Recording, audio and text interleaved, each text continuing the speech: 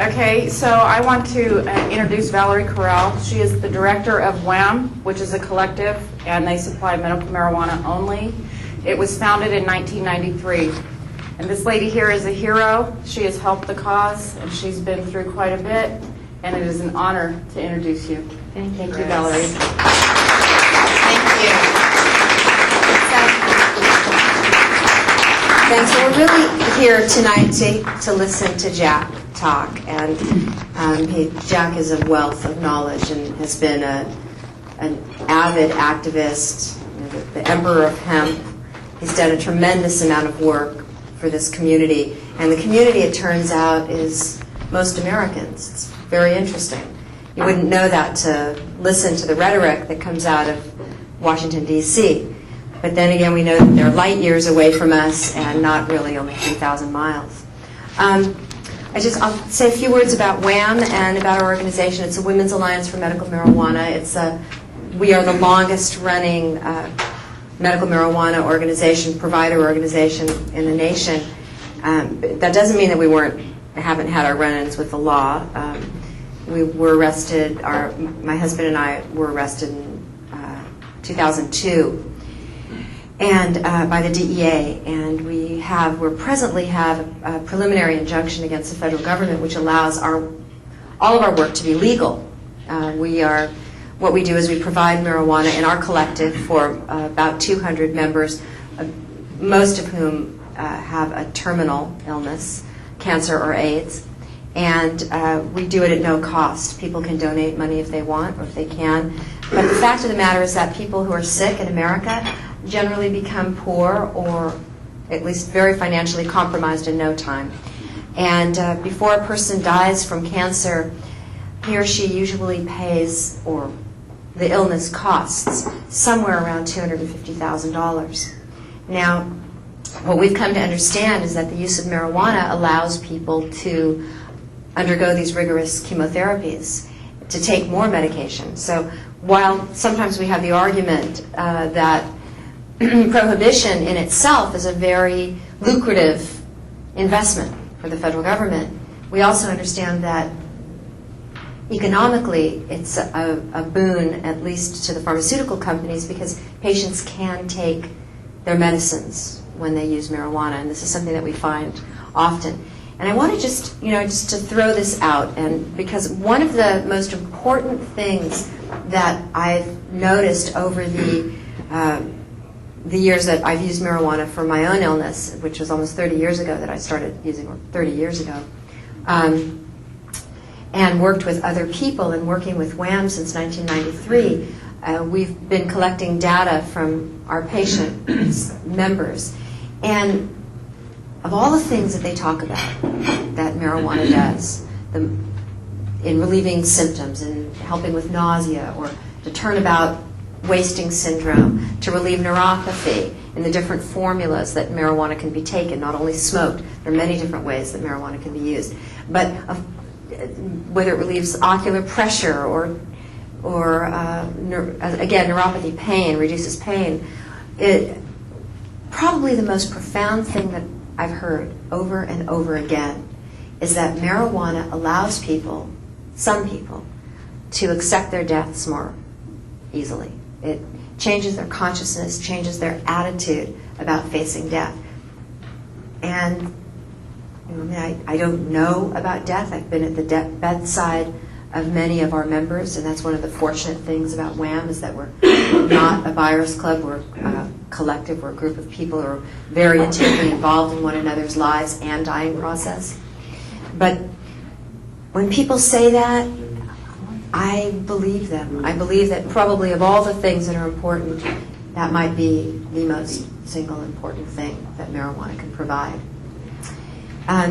Which leads me to mention that one of the things that we're doing is we're opening up a kind of hospice. It's really a place where our members can go to die, because oftentimes people are institutionalized. It takes a lot of care to take care of one dying person. And this is just the kind of thing that we want the government to understand. We want them to recognize that we're actually saving them money. We want them to know that it's actually a personal choice. that it's our lives, our pain, our experience with this medicine, and it's our right to seek an alternative. It's our right to use marijuana if we choose to do so.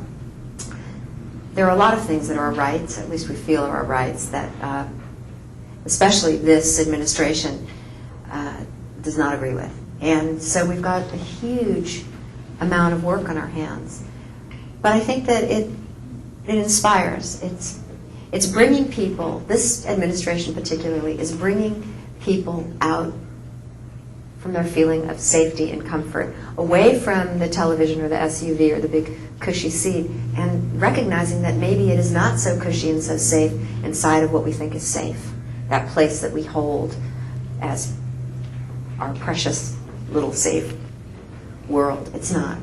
And I think as we watch the erosion of our civil liberties and the Patriot Act looming over our heads, that there's more to be lost here than somebody else's rights, because it doesn't stop with somebody else's rights. I'm sure that I'm speaking here to people who understand that. Diane's letter. So I think what you wanted maybe to talk about was one of our members, perhaps a little relationship that Dianne Feinstein had. Diane's a regular woman sometimes, and she was, when she was a supervisor in San Francisco County, a friend of hers, Joe Daley, who was police commissioner at the time, was married to her partner in the backyard of Dianne Feinstein. Now, Joe contracted colon cancer, became very, very ill about 3 or 4 years after she was married. And she found out, she heard about marijuana. She was very ill. She died in 1997, but she was one of Wham's earliest members. She did use marijuana, and quite a lot of it.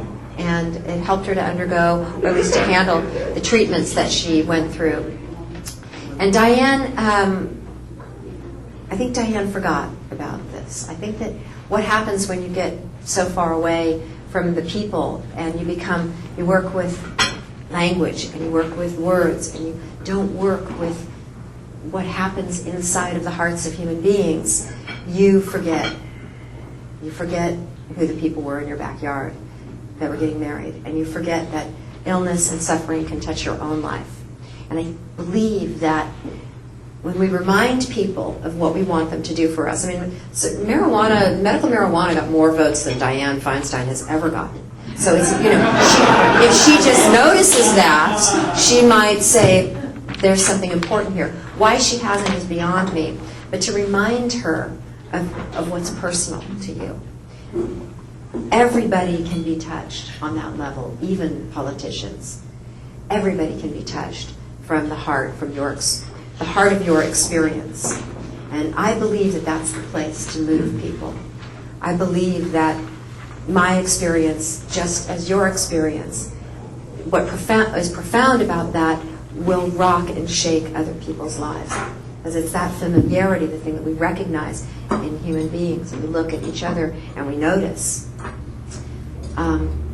So I would write about something personal. And if you haven't a personal story, then reminder that Proposition 215, the Compassionate Use Act, that makes marijuana legal in California, got more votes than she did, and she should be listening to her constituency. There are a lot of ways to fight the government, and you do what you can.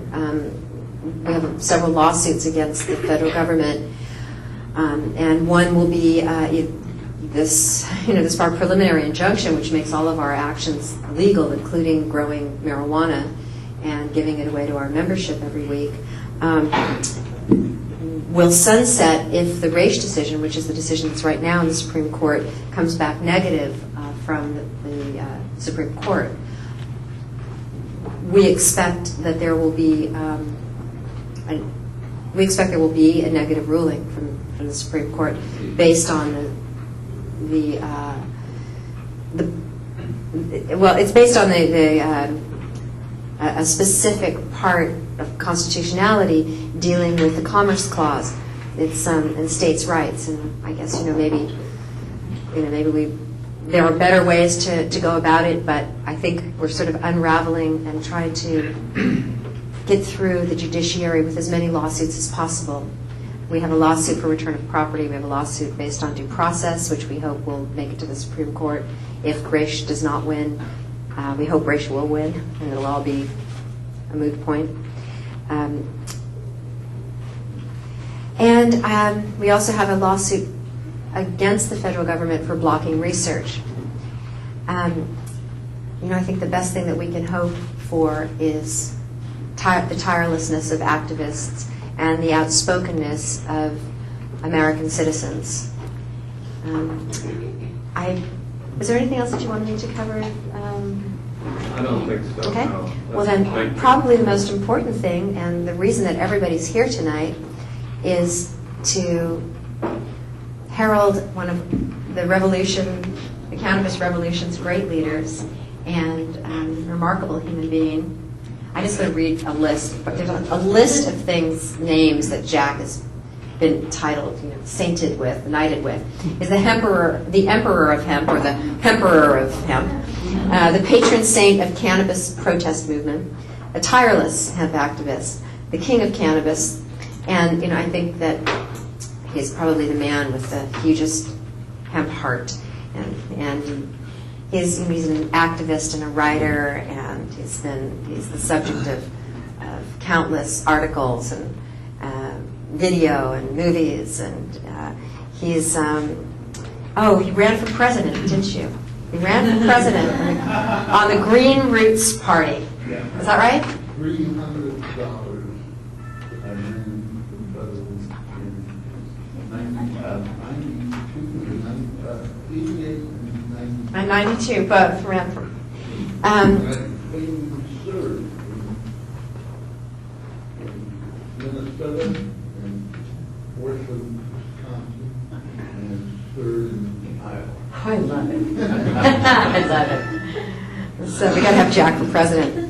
Also, he wrote Grass, as you saw this book here, and it's the Great Revolutionary American Standard System.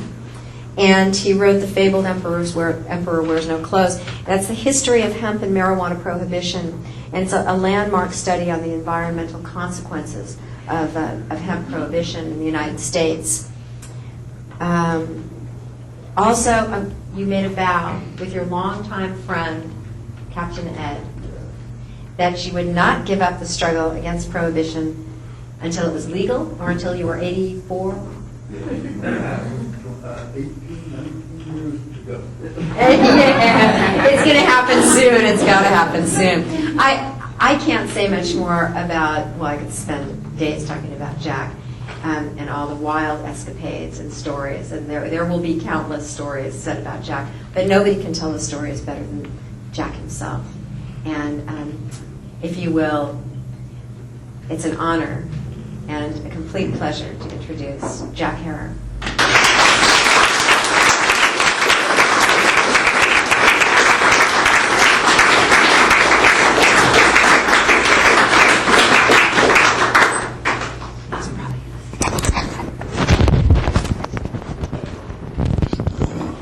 Okay. And if you got a pocket? Yeah. Somewhere.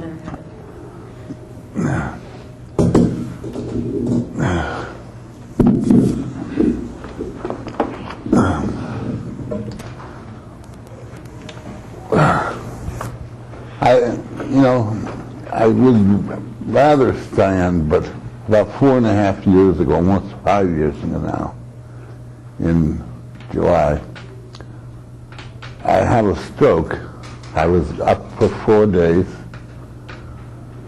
and I rode 1,000 miles from LA to Portland. And I have a stroke, and I didn't know I could have a stroke at that time. I was 61 years old. I didn't believe I would have a stroke. I didn't even know what a stroke was. Well, all of a sudden, I get up on stage, 4 days without sleep, 50,000 cups of coffee. And all of a sudden, about 4 minutes into the speech, I said, I can't talk. And everybody in the audience, there was 15,000 people there, said, oh, Jack on acid.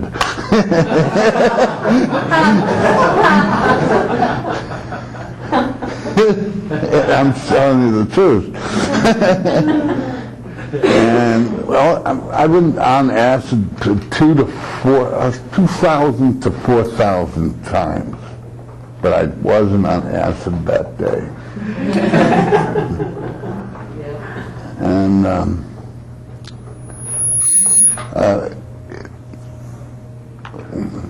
my son was there, two of my sons were there, and he drove me to the Army, the VA hospital in Portland. And for 7 weeks I was paralyzed, down my body. And I didn't even know what a stroke was, and I can't speak at all. I can't speak. And the nurse came in and he said, or she said, well, you can sing, you can sing, and you can talk poetry, and you can swear. And he said, well, you can sing. And I said, what the fuck? Sing. And it said, in 4 days I was in the recovery room, and he said, the only thing I can think of was Guys and Dolls. I got the horse right here, his name is Paul Revere, the fellow says it's the weather's quick and do. And I know I'm going to get better. I can say this time I'm going to get better. And then the Outlook wasn't playing for the Mudville 9 that day. The score to the 4 with but an inning left to play. I can sing and I can write poetry. And I can fucking son of a bitch. and that becomes the word back. About 2.5 years ago, I was doing okay, but I can't only think. And he said, you know, try some acid, or when I get 2,000 or 4,000 times an acid, but I was scared. And I said, uh-oh.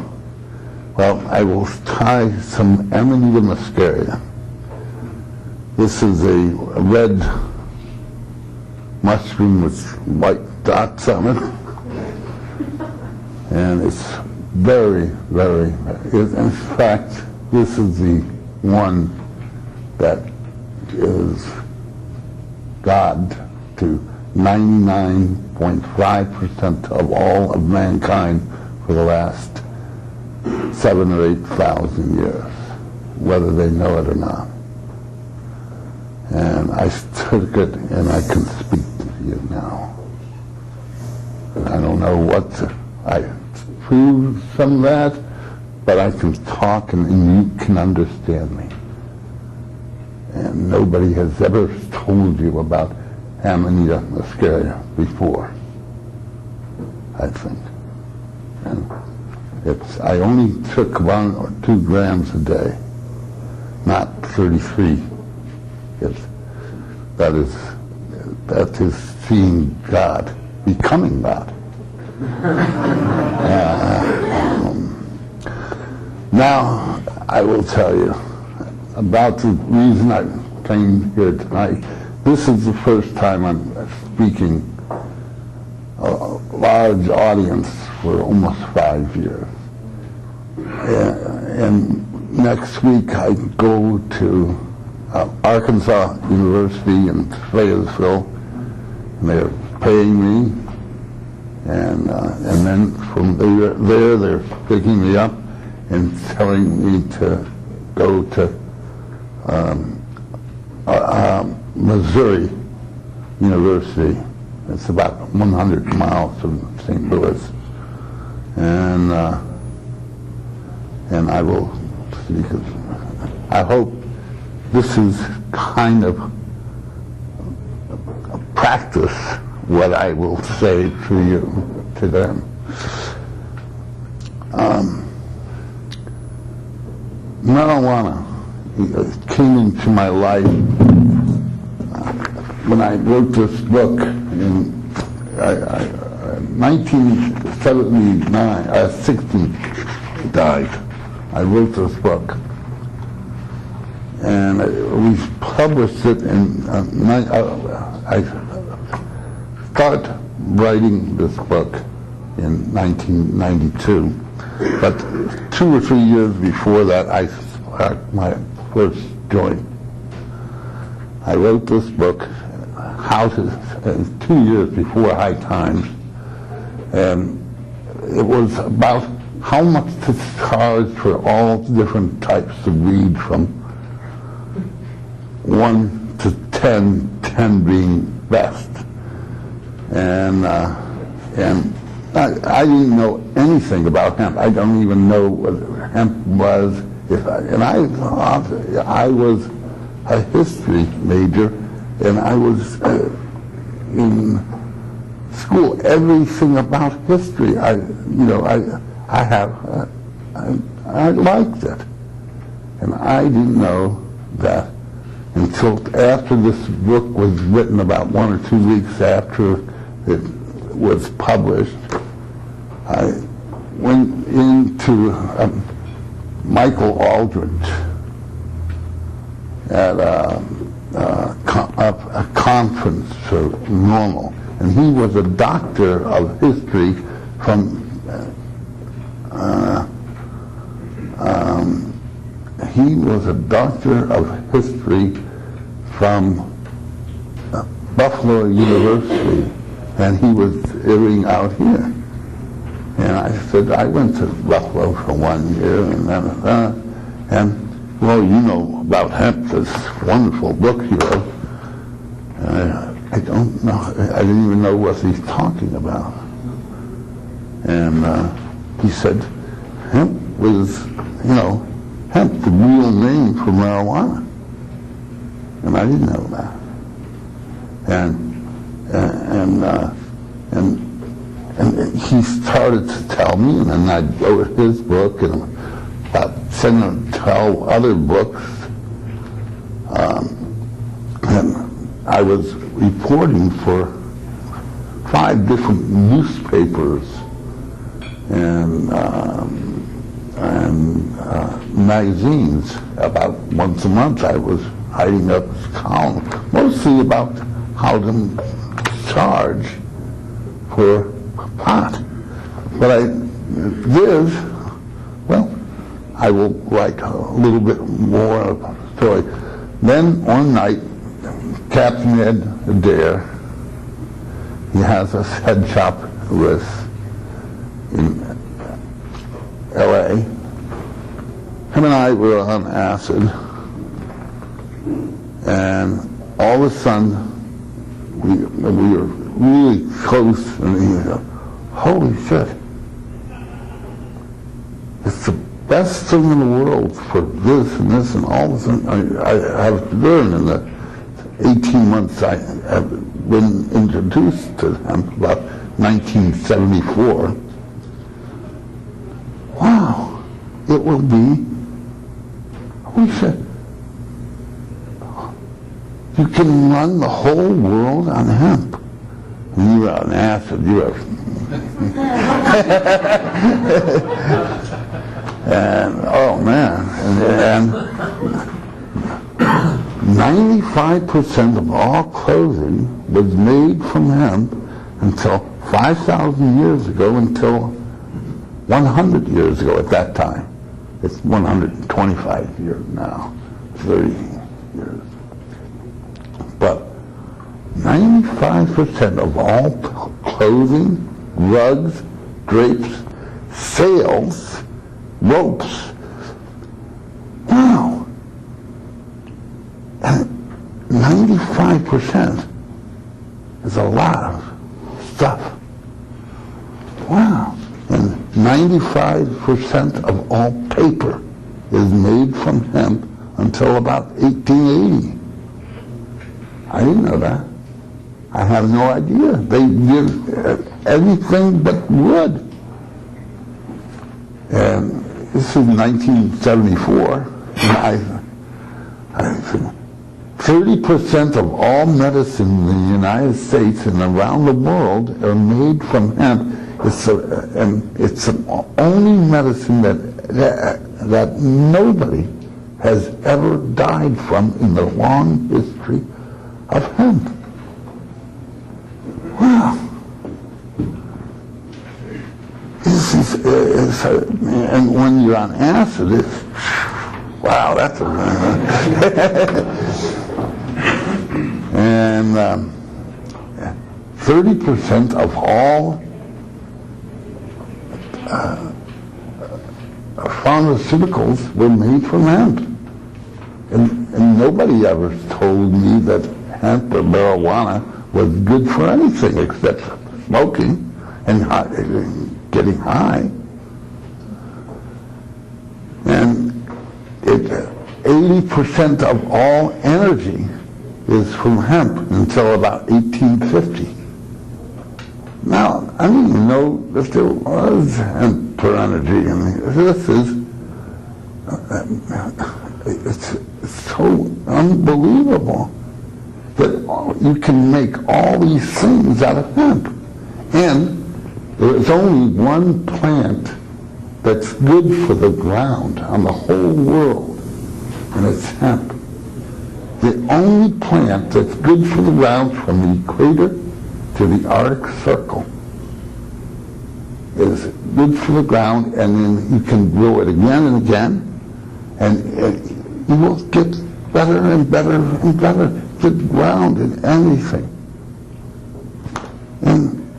And all of a sudden, we are on acid. Holy shit! Wonderful. We will go out and show it to the world, and 2 years later, the top slug got to be down. We will tread, Captain Ed and I made a pledge at that time. We will live for 50 years, and we will take marijuana hemp to the umpteenth degree. And I thought we will, after 2 years, 3 years, it will be over. Well, this is, I think, 31 years into it. And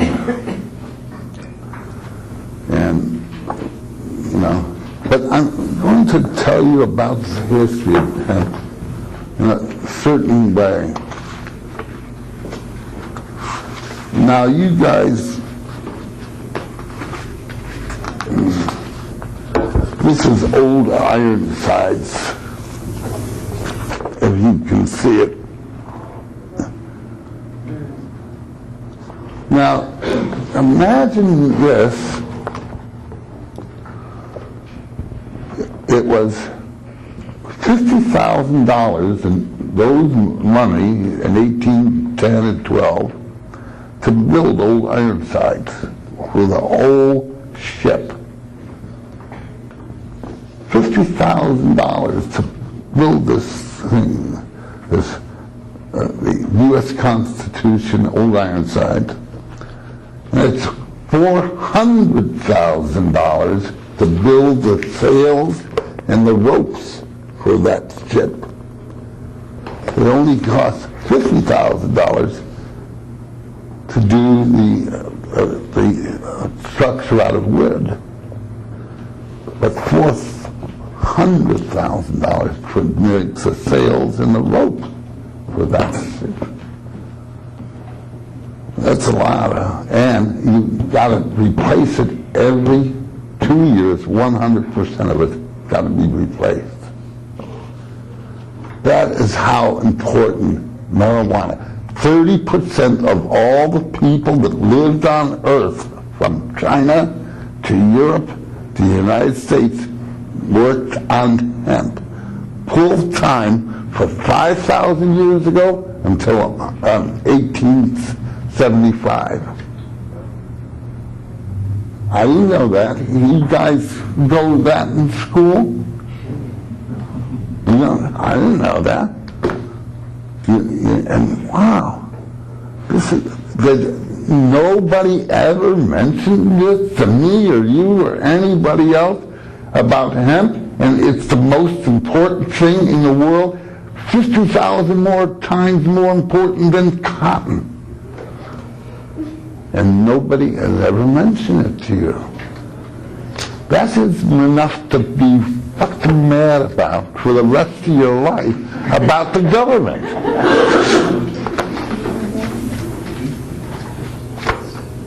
I was mad. What the fuck? Now I say, oh, well, you know,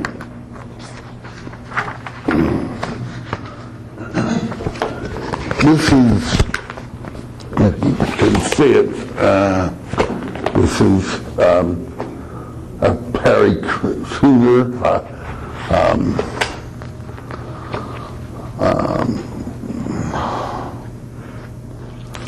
this is a Perry Schooner rowing across the seems to up here to California. You know, they call it, what do they call this? Yeah, they covered wagon. Okay, but out to cover just for the wood, the tape and the fee is $50 to buy it in Lancaster, Pennsylvania. But if you want it covered, it's $400 more in 1850. You know, and you call all these Perry schooners for $400 and $50 for the covered wagon.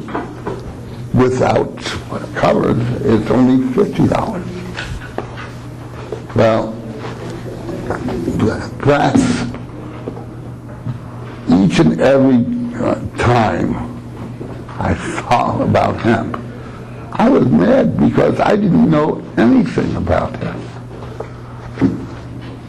And about medicine, well, I will tell you one thing you've got to learn. You can learn it from me. You can learn it to everybody around you. When you smoke pot, morning, noon, and night, you live 2 years longer than any other person on earth in general if you don't smoke anything at all in the United States, or you will live to about 74 years old for a woman, a man, and about 76 years old for a woman. But if you smoke pot, and I think it was because you don't care as much, but you live to 76 years old for a man, and to 78 to 9 years old for a woman. 2 years extra on life. All you have to do is smoke pot a little bit in morning, noon, and night. What the fuck is wrong with that?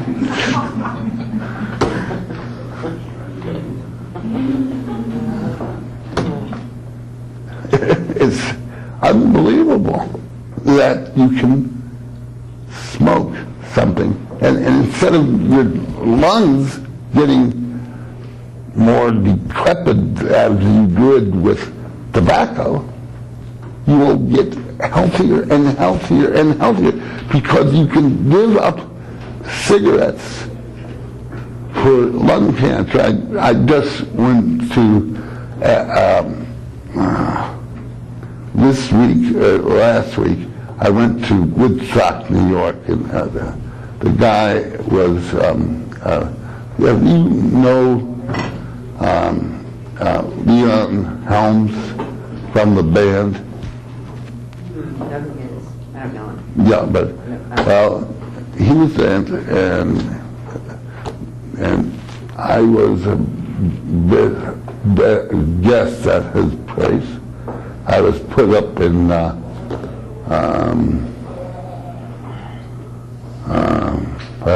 I can't remember. Well, what did I say? Woody, Michael? Woodstock. Yeah, no, but Dylan? Dylan's old place for like 5 years, and I was put up in that place, and you know, these guys learned about hemp from me, and I don't know how, but they all bought my book, and they are 100%.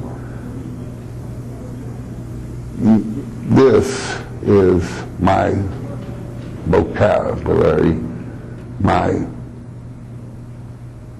hemp is the product we have to save the world. Not bullshit. You can't do it. You can't go around. All the products in the universe are boiling this for my kids. I have 6 of them. So, and everybody else's kids, because they are not healthy for the environment. This is products that is healthier for the body. It's so healthy, it will, I think, the world will be cured. And so did anybody else without a brain. But you can't, when you read it and you say it, take this out to all your neighbors, whether you like it or not, or they like you or not, it doesn't matter. You are right and they are wrong.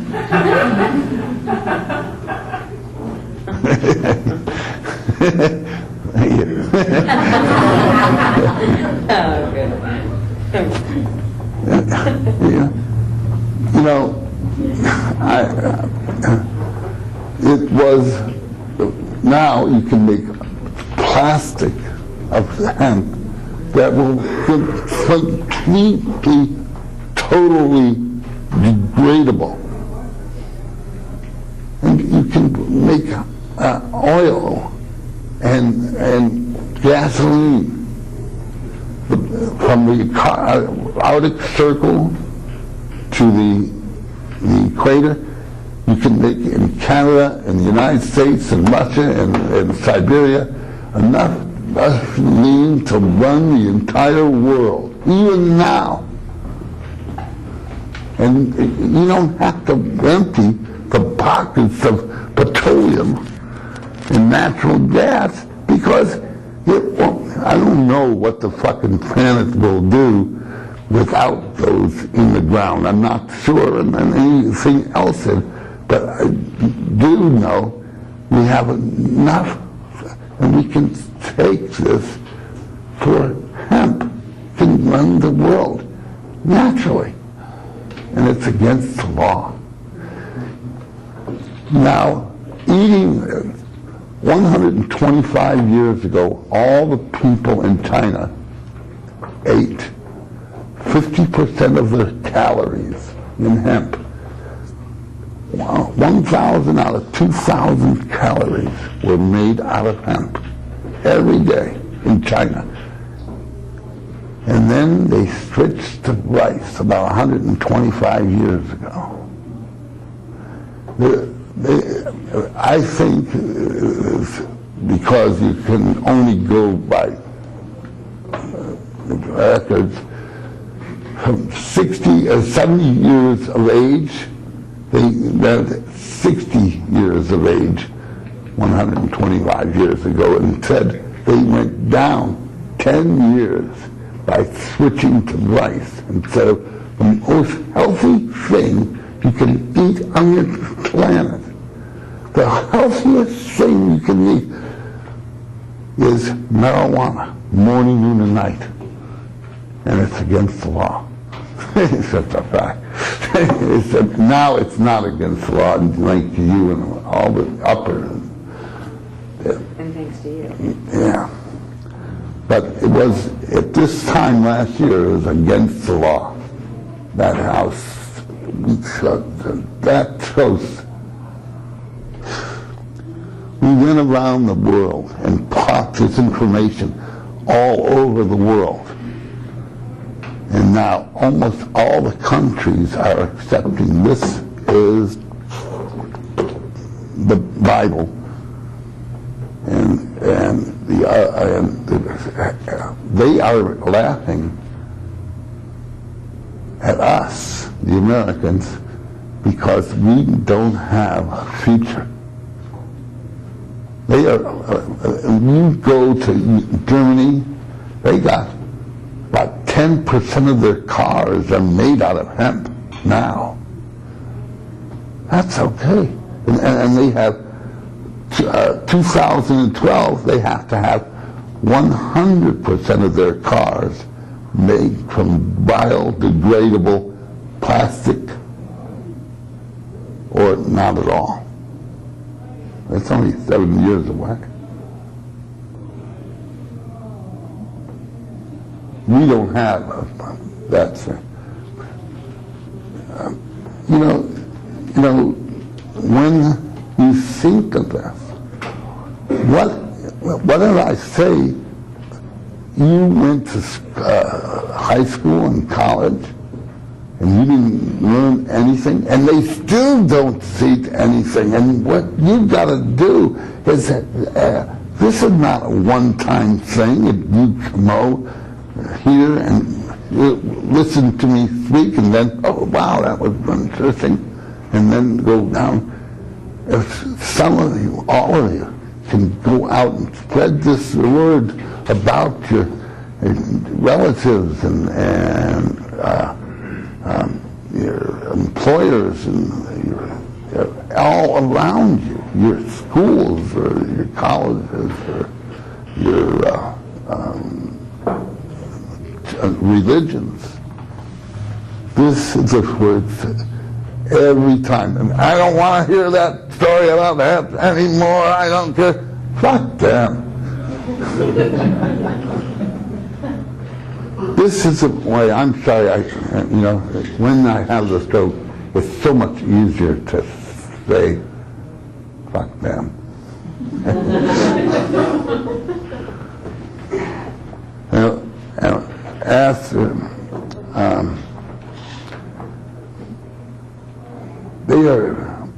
You're looking for a world, and it's right here in front of you.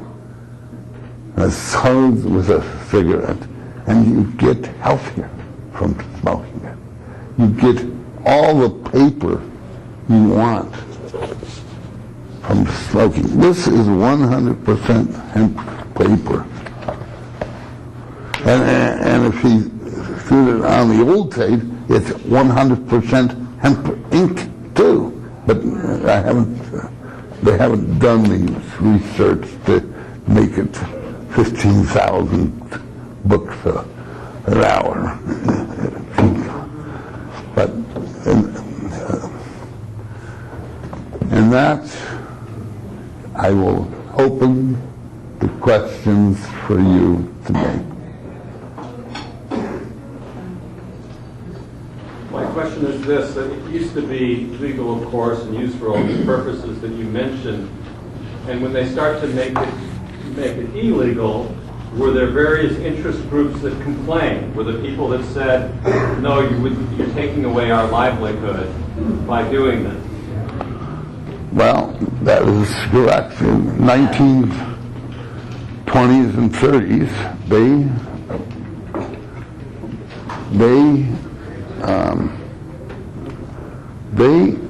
rented out, what is his name? Randolph Hearst. First. Yeah. He lived right down the road from you, about 100 miles drive. And they made it into marijuana from hemp.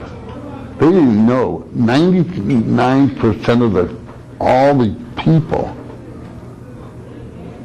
in Congress didn't know marijuana was actually hemp.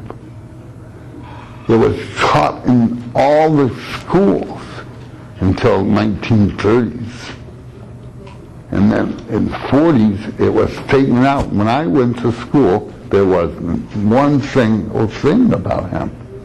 You don't, hemp sales, etc. I thought that was hemp,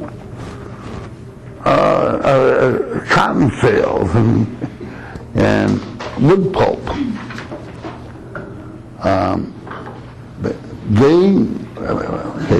They were a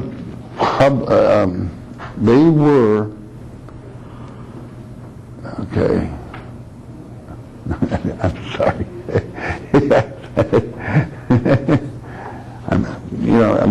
I'm just getting back to going. Next year I'll be at the Dynamite, but Still done. Yeah, you're still just about the conspiracies, the people. well, and then it was 80% of all wood from paper was wood, and 1937 they thought they can't do it against DuPont that makes these chemicals that makes the wood last longer as a paper.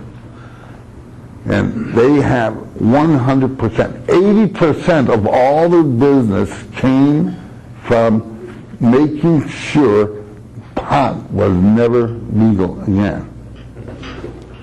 You can't grow it in the United States unless you can grow it. It wasn't, the only thing you can grow is a stalk, but you can't have leaves or seeds on your pot plant. That is illegal. You can only grow the stalk, which it won't grow, of course.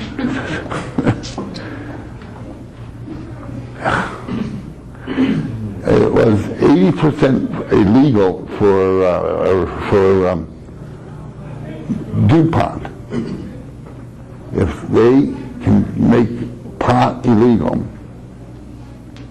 they will win the ball game. And they did, 100%. Harry Anslinger, he was the citizen of drugs at that time. He said,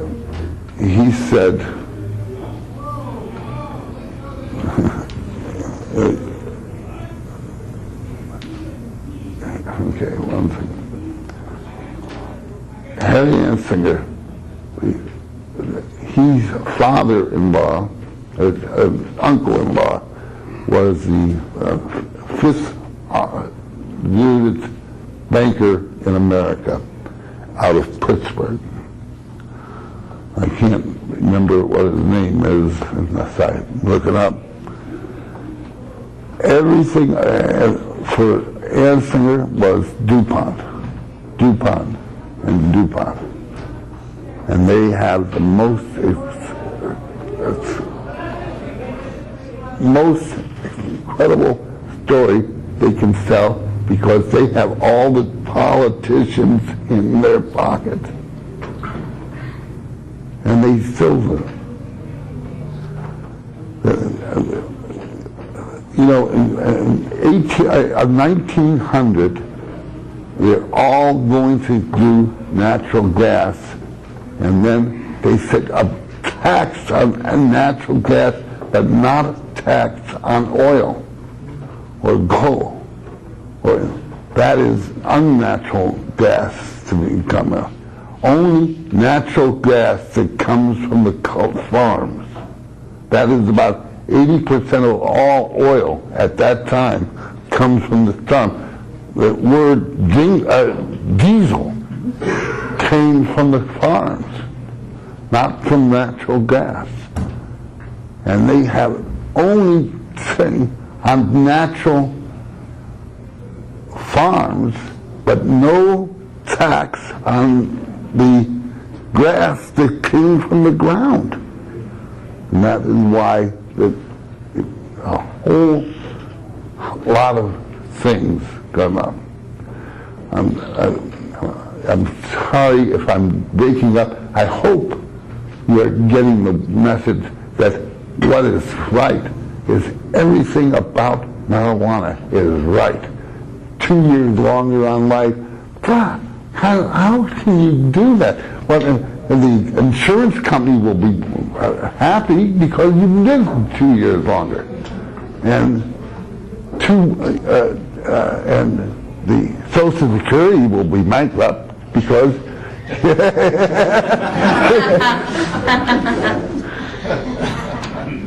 okay. Oh, thank you. I was talking just before our dinner tonight about, and you mentioned it, we were talking about the dependence of this country on foreign oil. And I also come from a farm in Middle America originally. And I was curious if you knew for a car in the United States for biodiesel, like you mentioned, hemp diesel, how many acres or approximately would it take to power a car for a year? Well, you get 1,000 acres, 1,000 gallons of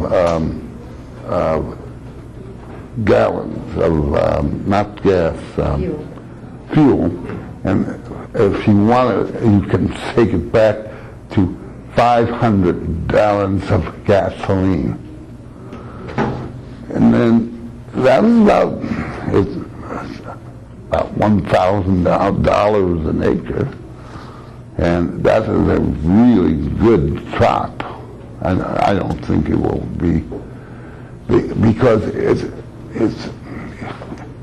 it's so right. I know about 2 or 3 cars in Parlor in America only on hemp fuel. One in Cincinnati, one in St. Louis, and I can't remember the other, but they're going around, and they're all around the country as 100% powered by 100% hemp right now. Can you go into some of those just a little bit? I mean, I know that they're deep subjects and we'd be here all night, but can you give us a little bit more of the meat of those, how it can be so effective? Well, it grows from the equator to the Arctic Circle, but it grows any place, almost all over the globe. It will, in the what do they call it? San Fernando, or not San Louis Obispo? no, the yeah. You can grow hemp. In fact, they used to grow about 15,000 acres of hemp in 1914 and 15 out there, mostly in north of San Francisco, north of Sacramento. But hemp will be, I think, about 500,000 500 million acres in the United States on secondary farmland, not first. Secondary farmland that doesn't give anybody to plant on. We can plant hemp. But what I think is our armies, instead of going to work for oil in Iraq, they should out be planting hemp. And if you go into Canada, there's almost a billion acres of hemp. You can't grow any more trees because they split it all down, and you have to be back before you can grow another tree. And the best tree you can use on the planet is hemp for enriching the soil over and over. It will get healthier and healthier. One plant in 3 million plants will get healthier and healthier, and this is against the law. You get it? They're fucking with our lives and our children's lives forever and ever and ever. Yeah. You wrote in your book about you and, I don't know who you were with, but you went to somebody who was in charge of reversing the greenhouse effect. And you told him that this is going to work and this is going to do it. Yes. What happened to that guy? He retired.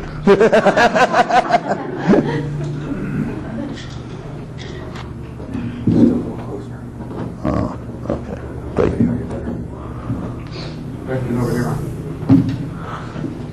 And well, I wanted to say, you never heard about it before. Oh, that is right. Right, it'll work. That's right. Yeah. Yeah, but you can't do it. It's against the law. That was his answer for me. It's against the law. You can't do it. Responsible for the greenhouse, but not responsible for marijuana. And I don't know. That's what I say. Thank you. Considering the ecological importance of cannabis as far as it being the best nitrogen fixer to rebuild soils, and also its seed being the only vegetable that does have the 3 omega fatty acids, it's like Proposition 215 gets so much publicity, but what legislation is out there that's really targeted towards bringing back the ecological integrity through planting cannabis? Good question. Well, when we lost the congressional races, I think in 94 and 6, and the Republicans, we taught all the Democrats, and they stayed around, but they don't have a chance against the Republicans. They are, most of them are know-nothings, and they don't want to know anything. Are there any local initiatives, like just at a state or? Well, there are almost about 8 or 10 states that have marijuana or hemp as their next crop, and they will begin to plant it right now. But the federal government and the DEA will put them in jail. Well, you know that. But we have planting in Italy, Czechoslovakia, Hungary. They weren't in the 1980s and 90s when I went over there. And I went there and I said it's the same thing to you without my voice being so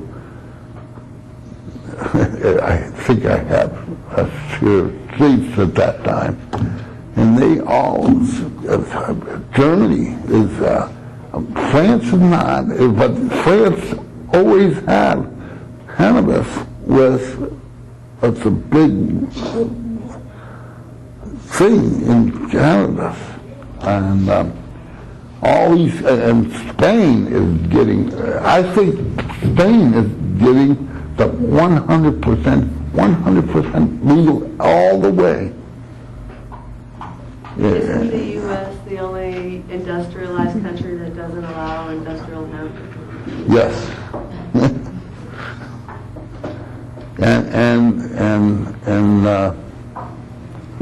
and one second. Japan too, because they were a big hemp producer before the war, but after the war, they followed 100% cannabis was wiped out of their society completely because we have brought it out of our societies and we told them no more cannabis. And that is why they are not in there. Did the war on drugs start with a war against cannabis? Was that predominantly the beginning of it? Or Well, it was 5 or 6 times over and over again, all the war on cannabis. It started with the Mexicans and the blacks with smoke, and they will be disrespectful to the white folks because they say, hey, when you smoke cannabis, well, in those days, if you have a white folks coming into your, and this is in 90% of America at that time, you have to lower your eyes. You can't say, what are you doing today in 1910 or 20 or 30 or 40? You have to lower your eyes. Can I go over there to do this? And well, when they smoked marijuana, they looked white people right in the eyes, not for meanness. They were just addressing another human being.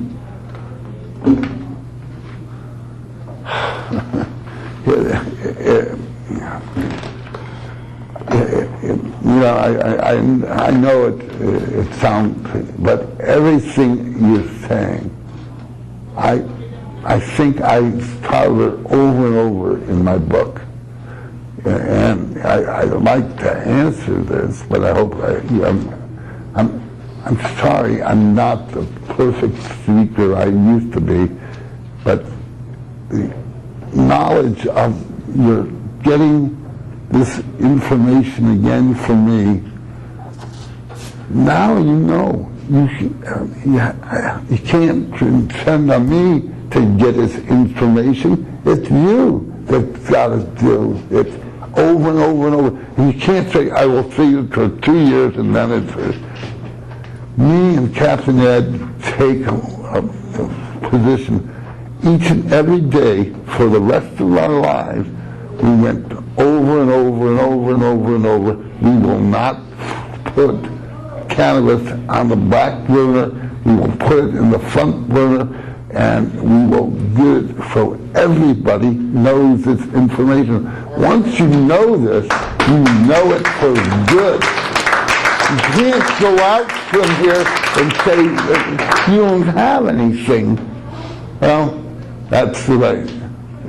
Because in your heart and your mind, you have to have cannabis as your hero. And until there is another hero to come along, you have to have cannabis or you are betting on life being extinct on Earth. One or the other, I think.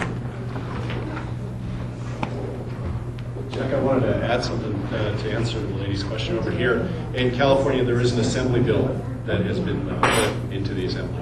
And I don't know the number right offhand, but check into it. And it is regarding introducing industrial hemp back into the growing and putting it into the economy. My question to you, Jack, was regarding hemp lumber. I recall What? hemp lumber. Oh, okay. And I read about a University of Washington Yes. putting together hemp lumber, and I've tried to find more information about No, but it's almost all of the in Minnesota and in Canada now, in the Ontario province. And there's about 15,000 or 20,000 acres growing right now in Canada, in mostly Ontario province. And it's everybody is going into it. 10 or 15 years ago, 25 years ago, me and Captain Ed had the first hemp business in America. There must be hundreds and hundreds of companies powering it up with hemp. And they're all starting in Canada because they can't do it in the United States, except there is one company that's in... Dr. Bronner. Well, Dr. Browners and It's doing the, on your town at Santa Cruz, it's a clothing company. Ecolution. Yes. Ecolution. Yeah. And I was there from before they started in 1989 or 90. And Could you explain what the government did during World War II about hemp? they made it illegal to grow it, but you have to have a $1 transplant, and you have to know it for the war. All farmers all over the United States had to see a film, know how to grow it, and at the same time, Germany,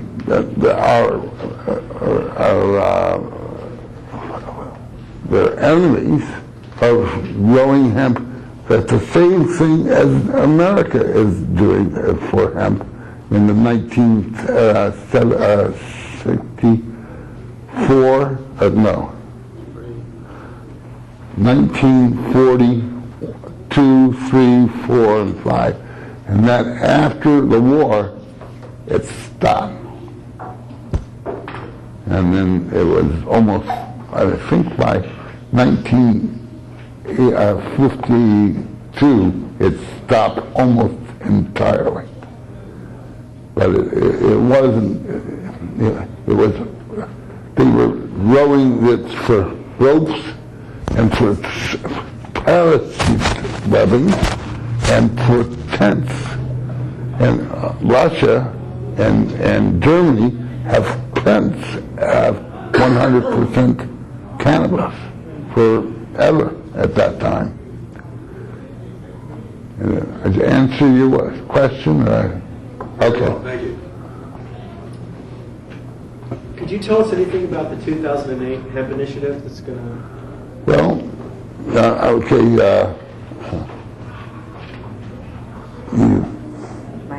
Mikey. Do you want some flyers or? Yeah, pass them around and tell him. I wrote this with some other people about 15 years ago, and a little bit of changes, but this is the way I think about it. It's 6 plants or 6 pounds. I think now I will be interested in 12 pounds a year because I know I have to eat it and smoke it, and I can get maybe 3 or 4 years longer on life, and it's okay. I've come back from this. I came back. You remember? I can't. talk, and It's getting better and better, an improvement. but I'm getting better. It's each and every day I'm getting a little bit better.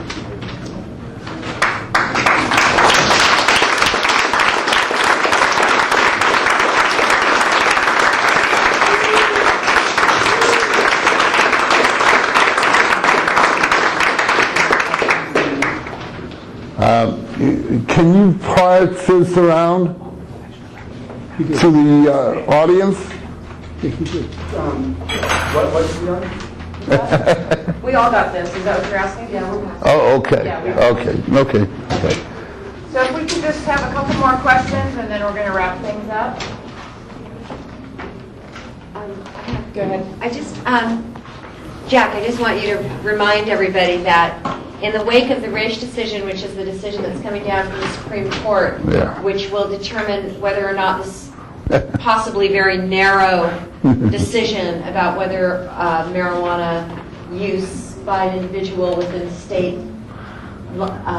state is interstate commerce, that no matter what the decision is, it still does not change city, county, or state law, and that in the states where medical marijuana is already legal, or in states where we hope will become legal, that still remains in effect. And so the information that you hear will probably be much like the last Supreme Court case with OCBC, the Oakland Cannabis Buyers Club, where it's defined as being completely illegal. But there are state laws and federal laws, and they're different.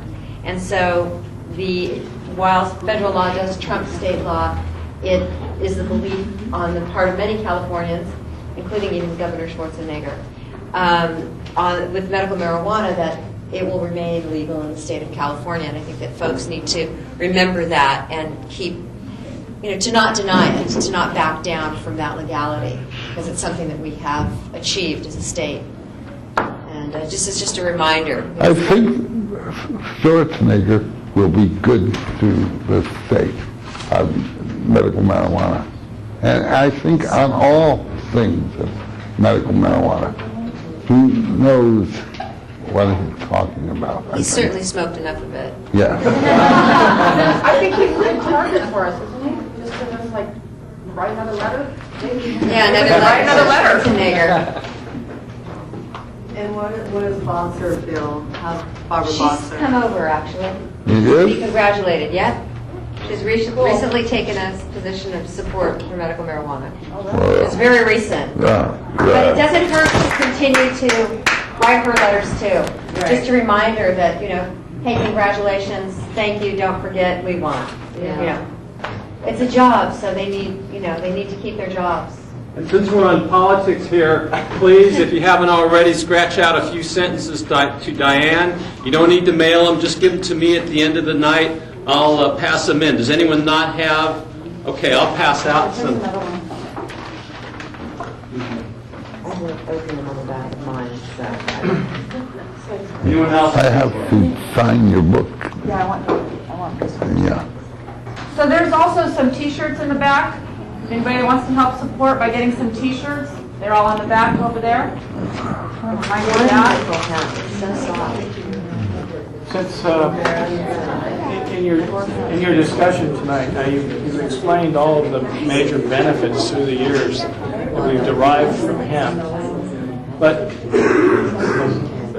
how can we believe that the government doesn't understand all of these benefits, including the medical marijuana side of it? So what is actually keeping this standoff in place? What is the reason that the government doesn't want to proceed to either make this available? I think they were money, and more money. The prison is a big thing. In prison guards, they want more and more people to put in jail. They said, 1 in 40 is a marijuana prisoner. It's almost 1 in 2. because they get out of prison after 3 or 4 years for robbing a car, and they go back to work, and they're working and they're smoking a cigarette, a joint, and they get tested, and they get back to prison for stealing that car they spent 2 or 3 years in jail for, or prison for, and then they get back to prison to smoking a joint. About 50 or 60% of all prisoners are back for smoking a joint. And they didn't show up on their record. They started back for stealing a car again. They don't, but about 1 out of 2 people in prison, 25 years ago, they were about 400,000 prisoners in the federal, in the state, and the county jails in America. Now there's 3 million prisoners in the county and the federal, and 1 out of 2 of them are in here for pot, even though it doesn't say pot, because they are busted by the parole officer for smoking pot. They're put up, and they are happy because they are the prison guards, and they have something to guard. So you're saying they're put back into jail for minor parole violations for smoking a joint? Yes, Right. everybody knows this. We have this wall of shame. I got it. If anybody has a chance or hasn't read this yet, and it tells you about the different families that go to prison, and this is just a small portion of what's going on over the drug war. I think Okay. every 45 seconds, someone's arrested for marijuana in America. If it was me, it was every 10 seconds. Now, I got one thing to ask you. I know you're coming to the end of, I will go out and see the books or the search, but can I ask you how, I'm going to go to the University of Arkansas Wednesday and the University of Missouri Friday. How do you think I will do?